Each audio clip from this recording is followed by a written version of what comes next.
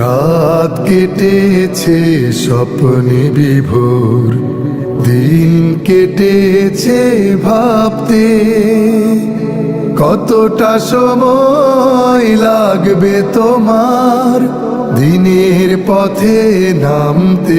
السلام عليكم ورحمة الله وبركاته. الحمد لله الذي قدر الأمور وقضاها وحرم الأباطيل وما ضاهاها، وأشهد أن لا إله إلا الله وحده لا شريك له شهادة تحفظ الأبدان مما يغشاها، وأشهد أن سيدنا ونبينا محمدًا عبد الله ورسوله خير البرية وأزكاها، صلى الله تعالى عليه وعلى آله وصحبه صفوة الخلائق وأسماها، والتابعين ومن تبعهم بإحسان البالغين أعلى المقامات ومنتهاها. أما بعد، فأعوذ بالله من الشيطان الرجيم. بسم الله الرحمن الرحيم. وما تلك بيمينك يا موسى؟ قال هي عصاي أتوكأ عليها وأهش بها على غنمي ولي فيها مآرب أخرى. قال ألقها يا موسى فألقاها فإذا هي حية تسعى. قال خذها ولا تخف سنعيدها سيرتها الأولى واضمم يدك إلى جناحك تخرج بيضاء من غير سوء آية أخرى لنريك من آياتنا الكبرى اذهب إلى فرعون إنه طغى. আল্লাহ তাআলা ইরশাদ করেন, আল্লাহ তাআলা বললেন, হে মূসা, তোমার ডান হাতে এটা কি? মূসা আলাইহিস সালাম বললেন, এটি আমার লাঠি, আমি এর উপর ভর করি আর এ দ্বারা আমি আমার মেষপালের জন্য পাতা ঝরাই আর এর দ্বারা আমার অন্যান্য কাজ রয়েছে। আল্লাহ তাআলা বললেন, এটা ফেলে দাও হে মূসা। মূসা আলাইহিস সালাম এটা ফেলে দিলেন, সঙ্গে সঙ্গে এটা সাপ হয়ে গেল যা ছুটাছুটি করছিল। আল্লাহ তাআলা বলেন, এটা ধরো, ভয় করো না, আমি এটাকে অতি শীঘ্রই আগের অবস্থায় ফিরিয়ে দিব। আর তোমার হাত তোমার বগলের সাথে মিলিয়ে দাও, এটা শুভ্র উজ্জ্বল সুন্দর হয়ে ফিরে আসবে কোনো রোগ ছাড়া। এটি হচ্ছে আরেকটি নিদর্শন। এই সকল নিদর্শন এই জন্য যাতে করে আমার বড় বড় নিদর্শনসমূহ তোমাকে দেখাই। যাও ফিরআউনের নিকট, সে অতি সীমা লঙ্ঘন করেছে।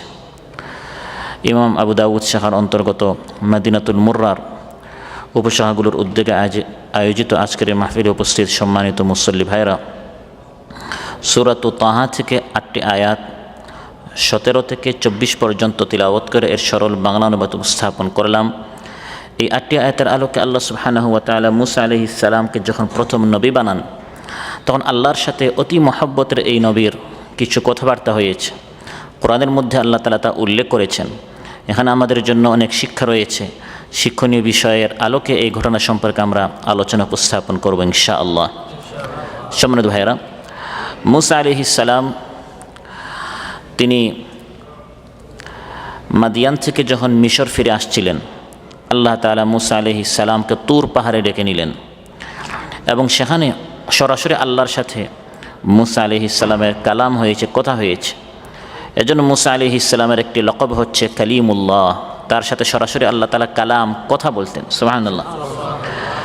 যখন আল্লাহ তাআলা জানিয়ে দিলেন, হে মূসা, তুমি আমার নবী, আমি তোমাকে পাঠিয়েছি, আমি ছাড়া কোনো সত্য মাবুদ নেই, আমি তোমার রব, আমি তোমার আল্লাহ পরিচয় হওয়ার পর এবার আল্লাহ তাআলা মূসা আলাইহিস সালামকে বলছেন, ওয়ামা তিলকা বিয়ামিনিকা ইয়া মূসা, হে মূসা, তোমার ডান হাতে এটা কি? এটি হচ্ছে আল্লাহর পক্ষ থেকে মূসা আলাইহিস সালামের প্রতি যে কৃপা, অনুকম্পা, মেহেরবানি, অনুগ্রহ মাত্র এর সূচনা হচ্ছে।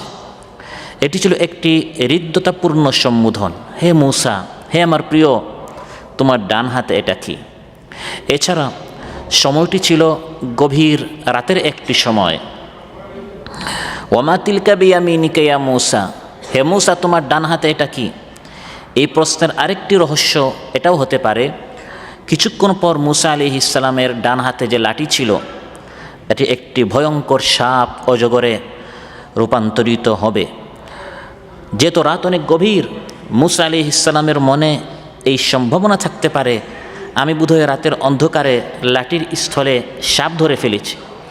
যাতে করে তার এই ভুল ধারণা না হয়, আল্লাহ তাআলা আগেই বলেছেন, হে মুসা তোমার ডান হাতে এটা কি, আগে ভালো করে দেখো। ওয়ামা তিলকা বিয়ামিনিকা ইয়া মুসা, হে মুসা তোমার ডান হাতে এটা কি। আল্লাহ তাআলা এটা বলতে পারতেন, ওয়ামা তিলকা বিয়াদিকা ইয়া মুসা, হে মুসা তোমার হাতে এটা কি। এটা না বলে আল্লাহ তাআলা বলেছেন, হে মুসা তোমার ডান হাতে এটা কি। এই আয়াতের তাফসিরে মুফাসসিরিন কেরাম উল্লেখ করেছেন, এখান থেকে বোঝা গেল ডান দিক, ডান হাত, ডান পার্শ্ব, বামের উপর এর ফজিলত রয়েছে। ডান হাত দ্বারা সাধারণত আমাদের ভালো ভালো কাজগুলো আমাদের সম্পাদন করতে হবে। মুসা আলাইহিস সালাম তার লাঠিটি সবসময় সাধারণত তার কোন হাতে থাকতো? ডান হাতে। ওয়ামা তিলকা বিয়ামিনিকা ইয়া মুসা। আর এটা রাসূল সাল্লাল্লাহু আলাইহি সাল্লামের সুন্নত ছিল। বুখারী মুসলিম এসেছে, আয়েশা রাদিয়াল্লাহু আনহা বলেন, কানা রাসূলুল্লাহি সাল্লাল্লাহু আলাইহি ওয়াসাল্লাম ইউজিবুহু তায়াম্মুন ফি তুহুরিহি ওয়া তারাজ্জুলিহি ওয়া তানাউলিহি ওয়া ফি শা'নিহি কুল্লি। রাসূল সাল্লাল্লাহু আলাইহি ওয়াসাল্লামের তাহারাতের সময়, ওযু গোসলের সময়, চুল আঁচড়াবার সময়, জুতা পরিধান করার সময় প্রত্যেকটি কাজে ডান দিক দিয়ে শুরু করা এটা রাসূল সাল্লাল্লাহু আলাইহি ওয়াসাল্লামের খুব পছন্দ ছিল। সুবহানাল্লাহ। আবার আবু দাউদে এসেছে, আয়েশা রাদিয়াল্লাহু আনহা বলেন, কানাত ইয়াদু রাসূলিল্লাহি সাল্লাল্লাহু আলাইহি ওয়াসাল্লাম লিইয়ুমনা লিতাহুরিহি ওয়া তাআমিহি ওয়া কানাত ইয়াদুহু লিইয়ুসরা লিখালাইহি ওয়া মা কানা মিন আযা। রাসূল সাল্লাল্লাহু আলাইহি সাল্লামের ডান হাতটি ছিল তার পবিত্রতার জন্য এবং খাবারের জন্য, আর রাসূল সাল্লাল্লাহু আলাইহি সাল্লামের বাম হাত ছিল তার বাথরুমের জন্য এবং ময়লা আবর্জনার জন্য। ভালো ভালো কাজ তিনি ডান হাত দিয়ে করতেন, আর ময়লা আবর্জনা, বাথরুম ইত্যাদি বাম হাত দিয়ে করতেন।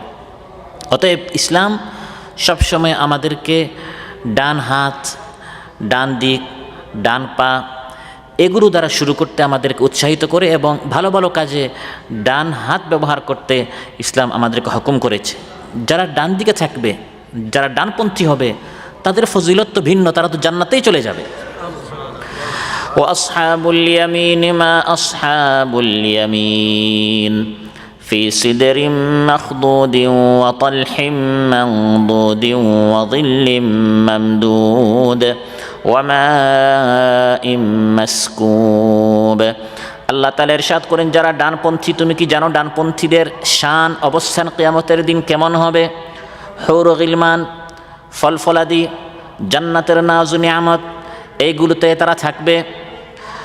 وأما إن كان من أصحاب اليمين فسلام لك من أصحاب اليمين। যারা ডানপন্থী হবে, ডানপন্থী হওয়ার কারণে আল্লাহ তাআলা বলেন ফাসালামুন, বারবার তাদেরকে শান্তির কথা, শান্তির বাণী তাদেরকে শোনানো হবে। ডান দিক যারা হবে, জান্নাতে বসে বসে তারা গল্প করবে, ইল্লা আসহাবাল ইয়ামিন ফি জান্নাতি ইয়াতাসাআলুন। ডান হাত দিয়ে যার আমলনামা দেয়া হবে, রিপোর্ট দেয়া হবে, সোজা জান্নাতে চলে যাবে। বাম হাত দিয়ে যার রিপোর্ট দেয়া হবে, লক্ষণ চিহ্ন, এই লোকটা জাহান্নামে যাবে। ফাআম্মা মান উতিয়া কিতাবাহু বিয়ামিনিহি ফায়াকুলু হাউম ইকরাউ কিতাবিয়া। রাসূল সাল্লাল্লাহু আলাইহি সাল্লাম প্রত্যেকটি ভালো ভালো কাজে তিনি ডান দিক দিয়ে শুরু করতেন। সহিহ মুসলিমে এসেছে, লাম্মা হাজ্জান নবিয়্যু সাল্লাল্লাহু আলাইহি ওয়াসাল্লাম আমারাল হাল্লাক আন ইয়াবদা বিজানিবিহিল আইমানি সুম্মাল আইসার। রাসূল সাল্লাল্লাহু আলাইহি সাল্লাম যখন হজ করতে গেলেন, নাপিতকে বললেন মাথার ডান দিক দিয়ে আগে শুরু করতে হবে, ডান দিক দিয়ে। ফরজ গোসল করার সময় বা যে কোনো গোসল করার সময় রাসূল সাল্লাল্লাহু আলাইহি সাল্লাম আগে ডান হাত, মাথার ডান দিক, শরীরের ডান পার্শ্ব দিয়ে তিনি আগে তাহারত, পবিত্রতা তিনি শুরু করতেন। সহিহ বুখারীতে এসেছে, কানা সাল্লাল্লাহু আলাইহি ওয়াসাল্লাম ইযা ইগতাসালা মিনাল জানাবাতি বাদা'a বিশিক্কি রাসিহিল আইমান। আবার মাইয়িতকে গোসল দেওয়ানোর সময় তাকে ডান দিক দিয়ে শুরু করা।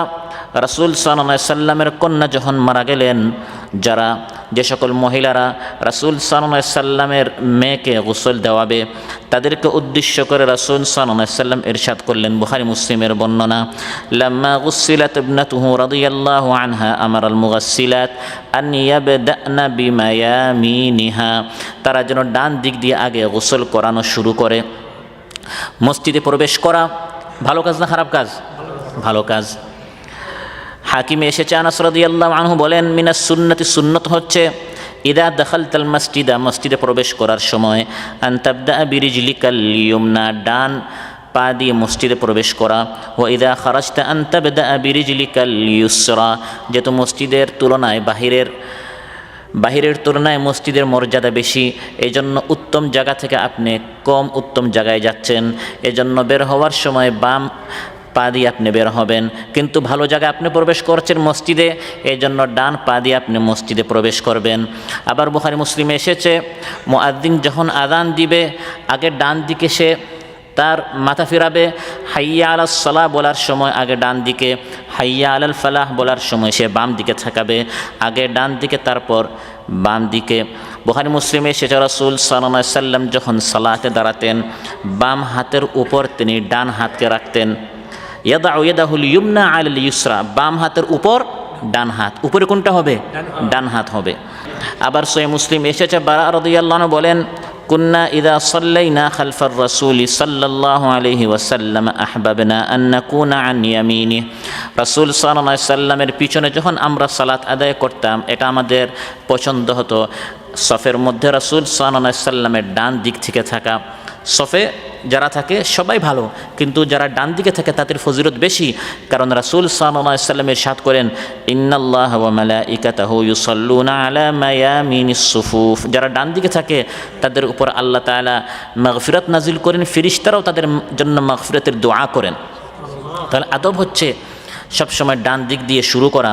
আবু দাউদে এসেছে, ইদা লাবিস্তুম ওয়া তাওয়াদ্দাতুম ফাবদাউ বিমায়ামিনিকুম, কাপড় পরিধান করার সময়, ওযু করার সময় ডান দিক দিয়ে শুরু করা। আগে ডান, আপনি যখন কাপড় পরিধান করবেন আগে আপনি ডান হাতে ঢুকাবেন, পায়জামা পরিধান করার সময় আগে আপনি আপনার ডান পাটি আপনি ঢুকাবেন।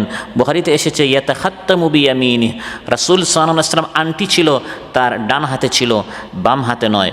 আবার বুখারী মুসলিম এসেছে, রাসূল সাল্লাল্লাহু আলাইহি ওয়াসাল্লাম ইরশাদ করেন, ইদান তাআলা আহাদুকুম ফালিয়াবদা বিল-ইয়ামিনি ওয়া ইযা নাযআ ফালিয়াবদা বিশ-শিমাল লিয়াকুনিল ইয়ুমনা আউওয়ালাহুমা তুনআলু ওয়া আখিরাহুমা তুনজা, যখন তোমাদের মধ্যে কেউ জুতা পরবে সে যেন আগে ডান পায়ের জুতাটি পরে তারপরে বাম পা, আর খোলার সময় আগে বাম পা তারপর ডান পা, তাহলে ডান পাটি আগে পড়া হবে আর পরে খোলা হবে। খাবারের সময় অবশ্যই ডান হাত দিয়ে খাবার খেতে হবে, অন্যান্য সময় ডান হাত দিয়ে কাপড় পরিধান করা ইত্যাদি বিষয়গুলো সুন্নত, কিন্তু খাবারের সময়টা ওয়াজিব। বাম হাত দিয়ে খাবার খাওয়া, বাম হাত দিয়ে পানি পান করা কোনো অবস্থায় জায়েজ নয়। সহিহ মুসলিম এসেছে, রাসূল সাল্লাল্লাহু আলাইহি ওয়াসাল্লাম ইরশাদ করেন, ইযা আকালা আহাদুকুম ফালিয়াকুল বিয়ামিনিহি ওয়া ইযা শারিবা ফালিয়াশরাব বিয়ামিনিহি ফাইন্নাশ শাইতানা ইয়াকুলু বিশিমালিহি ওয়া ইয়াশরাবু বিশিমালিহি, তোমাদের মধ্যে কেউ যখন খাবার খাবে সে যেন ডান হাত দিয়ে খায়, কেউ যখন পানি পান করবে বা যে কোনো পানীয় পান করবে সে যেন ডান হাত দিয়ে পানীয় পান করে, কারণ শয়তান বাম হাত দিয়ে খায়, বাম হাত দিয়ে পান করে। সহিহ মুসলিমে এসেছে, একবার রাসূল সাল্লাল্লাহু আলাইহি ওয়াসাল্লামের সামনে এক ব্যক্তি বাম হাত দিয়ে পান করছিল বা খাবার খাচ্ছিল। আজ আমাদের রুমগুলোতে, ঘরগুলোতে এই দৃশ্যটি অনেক বেশি, মুসলমানরা এই কাজটি খুব বেশি করে যাচ্ছে, অথচ রাসূল সাল্লাল্লাহু আলাইহি সাল্লামের সাহাবীদের মধ্যে, সাথীদের মধ্যে তার জামানায় একটা ঘটনা উল্লেখ করা হয়েছে আর মহানবী সাল্লাল্লাহু আলাইহি ওয়াসাল্লাম সেখানে প্রতিবাদ করেছেন। অথচ আজ আমরা মুসলিম দাবি করি, ঘরে ঘরে রুমে রুমে গেলে দেখা যাবে এই রোগটি আজ ব্যাপকভাবে মুসলমানদের মধ্যে সংক্রমণ করেছে। বোতল নিয়ে বাম হাত দিয়ে পানি পান করে, গ্লাস নিয়ে বাম হাত দিয়ে আমরা খেয়ে ফেলি, খাওয়ার সময় অনেক সময় ডান হাত থাকার পরেও আমরা বাম হাত দিয়ে খেতে থাকি। রাসূল সাল্লাল্লাহু আলাইহি ওয়াসাল্লামের সামনে এক ব্যক্তি বাম হাত দিয়ে খাচ্ছিল, মহানবী সাল্লাল্লাহু আলাইহি ওয়াসাল্লাম ইরশাদ করেন, কুল বিয়ামিনিক, ডান হাত দিয়ে খাও। সে বলল, লা আস্তাতি, আমি ডান হাত দিয়ে খেতে পারবো না। মা মানাহু ইল্লাল কিবর, অহংকারীর কারণে সে ডান হাত দিয়ে খায় নাই। মহানবী সাল্লাল্লাহু আলাইহি ওয়াসাল্লাম ইরশাদ করেন, লাস্তাতা, কোনোদিনই তুমি তোমার ডান হাত দিয়ে খেতে পারবে না।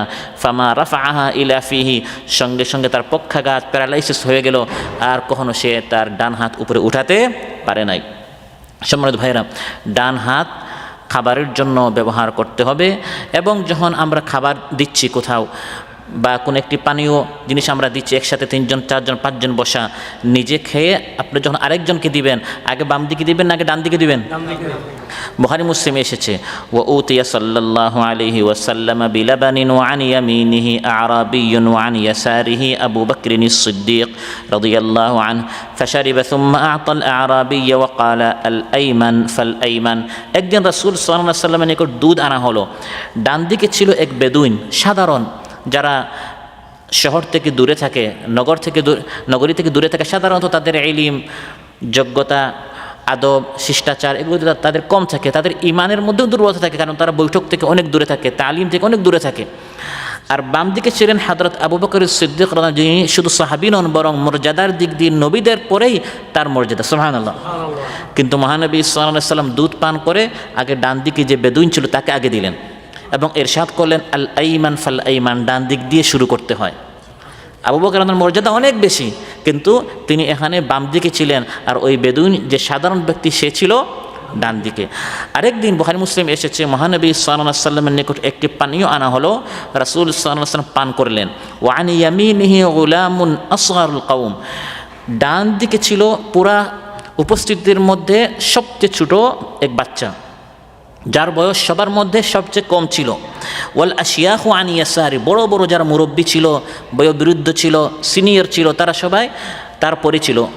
সে ছিল প্রথমে, তারপরে অন্যান্য বড় বড় যারা বয়সে তার চাচার বয়সী, তার দাদার বয়সী, তারা ছিল তারপরে, আর সে ছিল সবার আগে। মহানবী সাল্লাল্লাহু আলাইহি ওয়াসাল্লাম চিন্তা করলেন বাচ্চা মানুষ একটু পরে, এজন্য আগে তাকে বললেন, বাবা তুমি কি আমাকে অনুমতি দাও, আমি আগে তাদেরকে দেই তারপর তোমাকে দেই। ইয়া গুলাম আতাআযান লি আন উতিয়াহুল আশিয়াখ, এখানে বোঝা গেল এটি হচ্ছে তার অধিকার, যে ডান দিকে থাকে এটা তার অধিকার।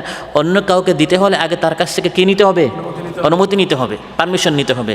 সে বলল কি, বাচ্চা হলেও মেধা এবং আল্লাহ তাআলা তাকে এত বিচক্ষণতা দিয়েছিলেন, সে বলল মা কুনতু লিউসিরা বিফাদলি মিনকা আহাদান ইয়া রাসূলুল্লাহ, ইয়া রাসূলুল্লাহ আপনি যে দুধ পান করবেন এখানে যে আপনার বরকত আছে, আমি এই বরকত থেকে আমি নিজেকে বঞ্চিত করে অন্য কাউকে আমি প্রাধান্য দিতে পারি না। আমি অবশ্যই আপনার পরে পান করব এবং আপনার কাছ থেকে আমি বরকতটি নিতে চাই, সুবহানাল্লাহ। তাহলে ইসলামের আদব হচ্ছে, ইবনে মাজাহ এসেছে ওয়ালিয়াখুয বিয়ামিনিহি ওয়ালিউতি বিয়ামিনিহি, ডান হাত দিয়ে দেয়া, ডান হাত দিয়ে নেয়া, ডান হাত ভালো ভালো কাজে ব্যবহার করা। যে 7 দলকে আল্লাহ তাআলা আরশের ছায়ায় স্থান করে দিবেন, বুখারী মুসলিম এসেছে, তার মধ্যে এক দল হচ্ছে ওয়ারাজুলুন তাসাদ্দাক বিসাদাকাতিন ফাআখফাহা হাত্তা লা তা'লামা শিমালুহু মা তুনফিকু ইয়ামিনুহু, এক ব্যক্তি এত গোপনে আল্লাহর পথে খরচ করে, সাদাকা প্রদান করে, যে তার বাম হাত জানে না সে তার ডান হাত দিয়ে কি সাদাকা করে। বাম হাত জানে না ডান হাত দিয়ে কি সে সাদাকা করে, তাহলে সাদাকা করা হয় কোন হাত দিয়ে? রাসূল সাল্লাল্লাহু আলাইহি ওয়াসাল্লাম ইরশাদ করেন, সে এত গোপনে সাদাকা করে যে তার বাম হাত জানে না সে তার ডান হাত দিয়ে কি সাদাকা করে।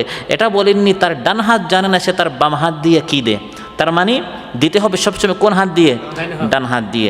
এজন্য মূসা আলাইহিস সালাম তার ডান হাতে লাঠিটি ছিল, এটি হচ্ছে নবীর সুন্নত, বরং নবীদের সুন্নত। যুগে যুগে নবীরা এভাবে এই সুন্নতের উপর আমল করতেন। ওয়ামা তিলকা বিয়ামিনিকা ইয়া মূসা, হে মূসা তোমার ডান হাতে এটা কি? মূসা আলাইহিস সালাম বললেন, ক্বালা হিয়া আসায়া আতাওয়াক্কাউ আলাইহা ওয়া আহুশশু বিহা আলা গানামি ওয়া লিয়া ফিহা মাআরিবু উখরা, হে আল্লাহ এটি আমার লাঠি, আতাওয়াক্কাউ আলাইহা সাধারণত চলার সময় আমি এর উপর ভর দিয়ে থাকি, ওয়া আহুশশু বিহা আলা গানামি আমি আমার মেষপালের জন্য গাছের পাতা এর দ্বারা আমি ঝেড়ে দেই। এখান থেকে বোঝা গেল মূসা আলাইহিস সালাম তিনি বকরি, ছাগল, মেষ ইত্যাদি তিনি রাখালগিরি করতেন। এটা শুধু মূসা আলাইহিস সালাম নয়, বরং সহিহ বুখারীতে এসেছে রাসূল সাল্লাল্লাহু আলাইহি ওয়াসাল্লাম ইরশাদ করেন, প্রত্যেক নবীকে দিয়ে, নবী বানানোর আগে প্রত্যেক নবীকে দিয়ে আল্লাহ তাআলা বকরি, ছাগল ইত্যাদির রাখালগিরি করিয়েছেন। কারণ কুল্লুকুম রাঈন ওয়া কুল্লুকুম মাসউলুন আন রাইয়াতি, তোমরা সবাই রাখাল। কুল্লুকুম রাঈন, রাঈর মূল বাংলা অনুবাদ দায়িত্বশীল নয়, আমরা বলি কুল্লুকুম রাঈন তোমরা সবাই দায়িত্বশীল। দায়িত্বশীলের আরবি হচ্ছে মাসউল, আর রাই হচ্ছে রাখাল। আমরা সবাই রাখাল এবং নিজের রাখালগিরি সম্পর্কে আমাদের আমরা জিজ্ঞাসিত হব। ওই নিজের একটি পরিবার, একটি সমাজ, একটি সংগঠন, একটি সংস্থা, একটি প্রতিষ্ঠান, একটি সমাজ, একটি রাষ্ট্র পরিচালনা করার আগে বকরি, ছাগল ইত্যাদি আল্লাহ তাআলা এগুলো পরিচালনা করান। যাতে করে আমরা এর দ্বারা যোগ্যতা অর্জন করি। নবীদেরকে আল্লাহ তাআলা আগে এই দায়িত্বটি দিয়ে তাদের মধ্যে এই যোগ্যতাটি আল্লাহ তাআলা সৃষ্টি করেন। সহিহ বুখারীতে এসেছে, মা বাআসাল্লাহু নাবিয়্যান ইল্লা রাআল গানাম। প্রত্যেক নবীকে নবী হিসাবে প্রেরণ করার আগে আল্লাহ তাআলা তার মাধ্যমে বকরি, ছাগল ইত্যাদি আল্লাহ তাআলা তাকে রাখাল আল্লাহ তাআলা আগে বানিয়েছিলেন। সাহাবায়ে কেরাম প্রশ্ন করেন, ফাকাল আসহাবু আনতা, ইয়া রাসূলুল্লাহ, আপনিও কি বকরি, ছাগল ইত্যাদি রাখাল ছিলেন? তিনি ইরশাদ করলেন, নাম কুনতু আরআহা আলা কারারিত লি আহলি মক্কা। মক্কাবাসীর কয়েক টাকার বিনিময়ে আমিও বকরি, ছাগল ইত্যাদি আমি রাখতাম। হাফিজ ইবনে হাজার রাহিমাহুল্লাহ এই হাদিসের ব্যাখ্যায় বলেন, আল হিকমাতু ফি ইলহামিল আম্বিয়া রা'য়াল গানামি ক্বাবলা আন-নুবুওয়াতি আন ইয়াহসুলা লাহুমুত তামাররুন বিরা'ইহা আলা মা ইউকাল্লাফুনাহু মিনাল কিয়ামি বিআমরি উম্মাতিহিম। হিকমত হচ্ছে নবীদেরকে গোটা উম্মতের দায়িত্বশীল বানানোর আগে তাদেরকে প্রশিক্ষণ দেয়া। কারণ একটা ছাগল যায় ডান দিকে, আরেকটা যায় বাম দিকে, পিছন দিয়ে যত টানেন কথা শুনে না, অথচ যে রাখাল সে তাদের কল্যাণ চাচ্ছে, তাদেরকে খাওয়াতে চাচ্ছে, কিন্তু ডানে বামে চলে যায়। তো মানুষ সবাই কথা শুনবে না, পঙ্গপালের মতো মানুষ সবাই চলে আসবে না, বরং মানুষ ছিটকে পড়বে। এজন্য মহানবী সাল্লাল্লাহু আলাইহি ওয়াসাল্লাম ইরশাদ করেন, ওয়া আনা আখিদুন বিহুজাজিকুম আনিন নার, আমি তোমাদের কোমর ধরে তোমাদেরকে জাহান্নাম থেকে বাঁচাতে চাই, আর তোমরা জাহান্নামে পড়তে চাও। তো এই যে মানুষ আসবে না, মানুষদেরকে আনতে হবে, দাওয়াত দিতে হবে, মানুষের পিছনে লেগে থাকতে হবে, এই সবর, এই সহিষ্ণুতা, এই ধৈর্য, এই সকল প্রশিক্ষণ দেওয়ার জন্য আল্লাহ তাআলা প্রত্যেক নবীকে নবী বানাবার আগে তাদের মাধ্যমে বকরি, ছাগল ইত্যাদি আল্লাহ তাআলা এই রাখালগিরি করিয়েছেন। মুসা আলাইহিস সালাম বলেন, হে আল্লাহ, শুধু এই দুইটা কাজ নয়, শুধু আমি নিজে ভর দেই আর গাছের পাতাগুলো আমি ঝরাই তা নয়, ওয়ালিয়া ফিহা মাআরিবু উখরা, আমার আরও অনেক উদ্দেশ্য আছে, সেগুলো তিনি উল্লেখ করেন নাই। কারণ আল্লাহ তাআলা জিজ্ঞাসা করেন নাই, বেশি কথা বললে আবার বেয়াদবি হয়ে যাবে। আল্লাহর সাথে কথা বলার আদব তিনি খেয়াল করেছেন, কিন্তু আল্লাহর সাথে কথা বলার এত তার ভালো লাগছিল, আল্লাহ প্রশ্ন করেছেন একটি, তিনি উত্তর দিয়েছেন দুইটি। সুবহানাল্লাহ। আল্লাহ বলেছেন, হে মুসা, তোমার ডান হাতে এটা কি? তিনি বলেছেন, এটা আমার লাঠি। এতটুকু উত্তর হয়ে যেত, কিন্তু তিনি উত্তরটি লম্বা করেছেন, কারণ কথা বলতে কি লাগছে? ভালো লাগছে। হে আল্লাহ, এটা আমার লাঠি, এর উপর আমি ভর দেই এবং এর দ্বারা আমি পাতা ঝরাই। এতটুকু বলে তিনি ক্ষান্ত হয়ে যেতে পারতেন, কিন্তু আরেকটু তিনি বললেন যে ওয়ালিয়া ফিহা মাআরিবু উখরা, আমার আরও বেশ কিছু উদ্দেশ্য রয়েছে। আল্লাহ তাআলা বলেন, হে মুসা, ক্বালা আলকিহা ইয়া মুসা, হে মুসা, এরা তুমি একবার ফেলে দাও। কেন ফেলবেন? এখানে তো ফিরআউন নাই। মূল খেলা হবে ফিরআউনের সামনে। কি হবে? খেলা হবে। এই যে বলা খেলা হবে, খেলা হবে, এই খেলা শুরু হয়েছিল সে মুসা আলাইহিস সালামের জামানায়। ফিরআউন জাদুকরদেরকে এনে মুসা আলাইহিস সালামের সামনে সে চ্যালেঞ্জ করেছিল, কিন্তু আল্লাহ তাআলা মুসা আলাইহিস সালামকে পাঠাবেন ফিরআউনের সামনে।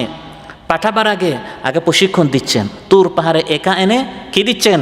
প্রশিক্ষণ দিচ্ছেন। তাহলে বোঝা গেল আমরা যারা দাওয়াতের কাজ করতে চাই, দার্স দেওয়ার আগে, আলোচনা করার আগে, মানুষের সামনে যাওয়ার আগে মুসা আলাইহিস সালামের মতো এরকম তুর পাহাড়ের মতো নির্জনে একা একই বা 2-4-5 জন যারা নিজেদের সাথে আছে তাদের সামনে কি করতে হয়?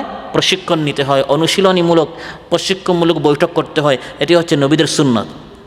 এখান থেকে শিক্ষা হচ্ছে, এখানে তো আপনার ফিরআউন নেই, তাহলে আল্লাহ তাআলা মুসা আলাইহিস সালামকে কেন বললেন যে লাঠি এখানে ফেলতে হবে? এখানে আল্লাহ তাআলা মূলত মুসা আলাইহিস সালামকে প্রশিক্ষণ দিচ্ছেন। দাওয়াতি প্রশিক্ষণ, দার্স প্রশিক্ষণ, বক্তৃতা প্রশিক্ষণ, বিভিন্ন যে প্রশিক্ষণ দেওয়া হয় মাঠে ময়দানে যাওয়ার আগে, এটি হচ্ছে প্রশিক্ষণ। আলকিহা ইয়া মুসা, হে মুসা, এটা একবার ফেলো। ফাআলকাহা ফাইযা হিয়া হাইয়াতুন তাসআ, মুসা আলাইহিস সালাম যখন এটা ফেললেন, এমনিতে এটা সাপ হয়ে গেল যা ছুটাছুটি করছিল। সুবহানাল্লাহ। এই সাপ সম্পর্কে আল্লাহ তাআলা সূরা নামলে বলেছেন, কাআন্নাহা জান, দ্রুত নড়াচড়াকারী সরু সাপকে আরবিতে জান বলা হয়। আর অন্য জায়গায় আল্লাহ তাআলা বলেছেন, ফাইদা হিয়া সুবান, অজগর এবং বৃহৎ মোটা সাপকে সুবান বলা হয়। আলোচ্যতে আল্লাহ তাআলা বলেছেন হাইয়া। হাইয়া হচ্ছে সব ধরনের সাপকে আরবিতে হাইয়া বলা হয়। ছোটো বড় মোটা সরু সব সাপকে হাইয়া বলা হয়। তাফসীর ইবনে কাসিরে এসেছে, আল্লাহ তাআলা এক জায়গায় বলেছেন বড় সাপ, আরেক জায়গায় বলেছেন ছোট সাপ, আর এখানে বলেছেন সাধারণভাবে সাপ। কেন? চিকন সাপের মতো দ্রুত গতিসম্পন্ন ছিল, ছুটাছুটি করছিল ছোট সাপের মতো, কিন্তু এর আকার ছিল অনেক ভয়ঙ্কর, অনেক বড়। লোকেরা দেখে ভীষণভাবে তারা ভীত হতো। সুবহানাল্লাহ। বড় সাপ নড়াচড়া করতে সময় লাগে, তো তার শরীরটি অনেক বড় সাপের মতো সুবান ছিল, কিন্তু জান ছোটো সাপের মতো সে আবার কী করতো? খুব দ্রুত ছোটাছুটি করতো, দেখতে খুব ভয় লাগতো। তো যাতে করে মূসা আলাইহিস সালাম ফিরআউনের সামনে যখন যাবেন তিনি ভয় না পান, এখানেই আল্লাহ তাআলা প্রশিক্ষণ দিচ্ছেন। মূসা আলাইহিস সালাম যখন দেখলেন এত বড় একটি সাপ, ইদা হিয়া হাইয়াতুন তাসআ, মানুষ হিসাবে ভয় পেয়েছেন। আল্লাহ তাআলা বললেন ক্বালা খুযহা ওয়ালা তাখাফ, হে মূসা এটাকে ধরো, ভয় পাওয়া যাবে না। ভয় পাওয়া এটা হচ্ছে মানুষ হিসাবে সৃষ্টিগত ভয়। সানুঈদুহা সিরাতাহাল উলা, এই যে তোমার লাঠি সাপ হয়ে গেল, তুমি ধরো, ধরার সঙ্গে সঙ্গে এটি আগের মতো আবার লাঠি হয়ে যাবে। সুবহানাল্লাহ। জাদুকরেরা যেটা দেখায়, তারা লাঠিকে আসলে সাপ বানায় না। আল্লাহ বলেন ইউখাইয়ালু ইলাইহি মিন সিহরিহিম, দেখতে মনে হয় এটা সাপ, তারা মানুষের চোখকে জাদু করে। আসলে এই লাঠি কি হয় না, সাপ হয় না, মানুষের চোখকে তারা জাদু করে।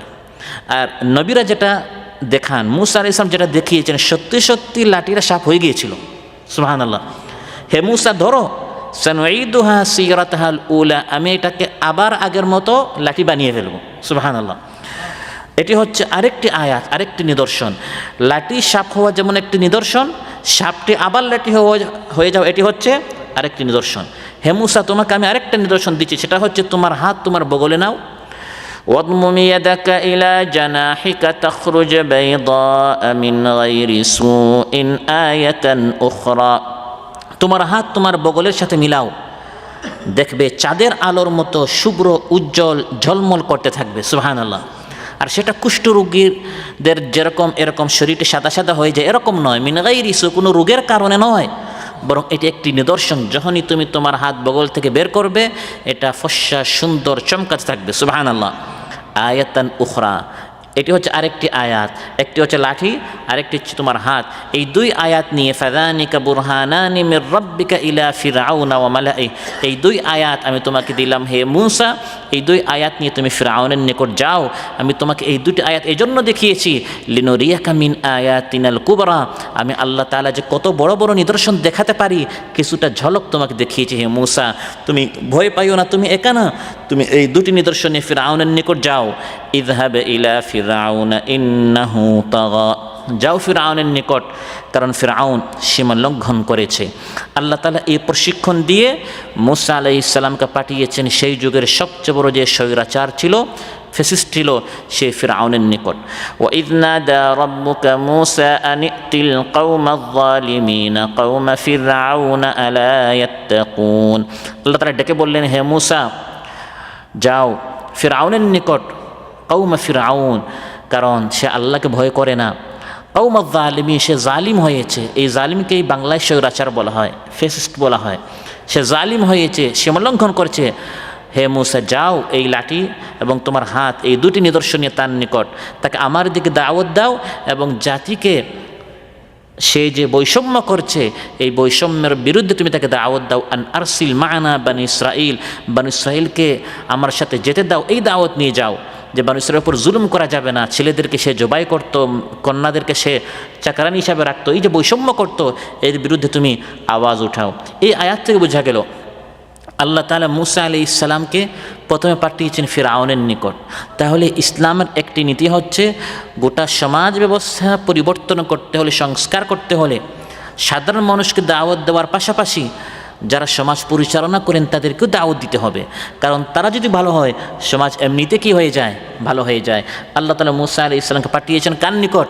ফিরআউনের নিকট। ইযহাব ইলা ফিরআউনা ইন্নাহু তাগা, সে সীমা লঙ্ঘন করেছে।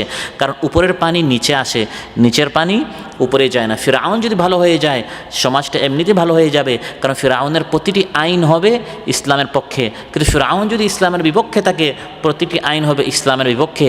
এখান থেকে বোঝা গেল শাসন ব্যবস্থা, রাষ্ট্র ব্যবস্থাকে পরিশুদ্ধ করা, সংস্কার করা, এটিও হচ্ছে ইসলামের অন্যতম একটি নীতি। ওয়াকাতিলুহুম হাত্তা লা তাকুনা ফিতনা ওয়া ইয়াকুনাদ দীনু কুল্লুহু লিল্লাহ ফাইন ইনতাহাউ ফাইন্নাল্লাহা বিমা ইয়ামালুনা বাসীর। সম্মানিত ভাইরা, আজকের আলোচনা থেকে যেটা আমরা জানলাম বুঝলাম বেশ কয়েকটা শিক্ষা। একটি হচ্ছে প্রত্যেকটি ভালো কাজ আমাদের করতে হবে কোন হাত দিয়ে? ডান দিক, ডান হাত, ডান পা, এই বিষয়গুলো আজ আমরা জানতে পারলাম। পাশাপাশি আল্লাহ তাআলা মুসা আলাইহিস সালামকে দাঈ হিসাবে, নবী হিসাবে পাঠাবার আগে তাকে প্রশিক্ষণ দিয়েছেন। আমাদেরকেও প্রশিক্ষণ প্রাপ্ত হতে হবে। বাংলাদেশ কোরআন সুন্নাহ পরিষদ এই সকল কাজ করে থাকে। একদিকে আমাদেরকে আল্লাহর দিকে আহ্বান করে থাকে, অন্যদিকে যারা এই আহ্বান গ্রহণ করেছে তাদেরকে সুসংগঠিত করে প্রশিক্ষণ দিয়ে থাকে। নানা ধরনের প্রশিক্ষণমূলক আমাদের প্রোগ্রাম রয়েছে। আল্লাহ সুবহানাহু ওয়া তাআলা আমাদের সবাইকে যা বললাম এবং আমরা যা শুনলাম আমাদের সবাইকে এর চেয়ে বেশি আমল করার তৌফিক দান করুন। যারা অসুস্থ রয়েছেন সুস্থ করে দেন, যারা ঋণগ্রস্ত ঋণ পরিশোধ করার তৌফিক দান করুন, যা যে পেরেশানি আল্লাহ তাআলা পেরেশানি মুক্ত করুন। আসসালামু আলাইকুম ওয়া রাহমাতুল্লাহি ওয়া বারাকাতুহু। রাত কেটেছে স্বপ্নে বিভোর, দিন কেটেছে ভাবতে, কতটা সময় লাগবে তোমার দিনের পথে নামতে।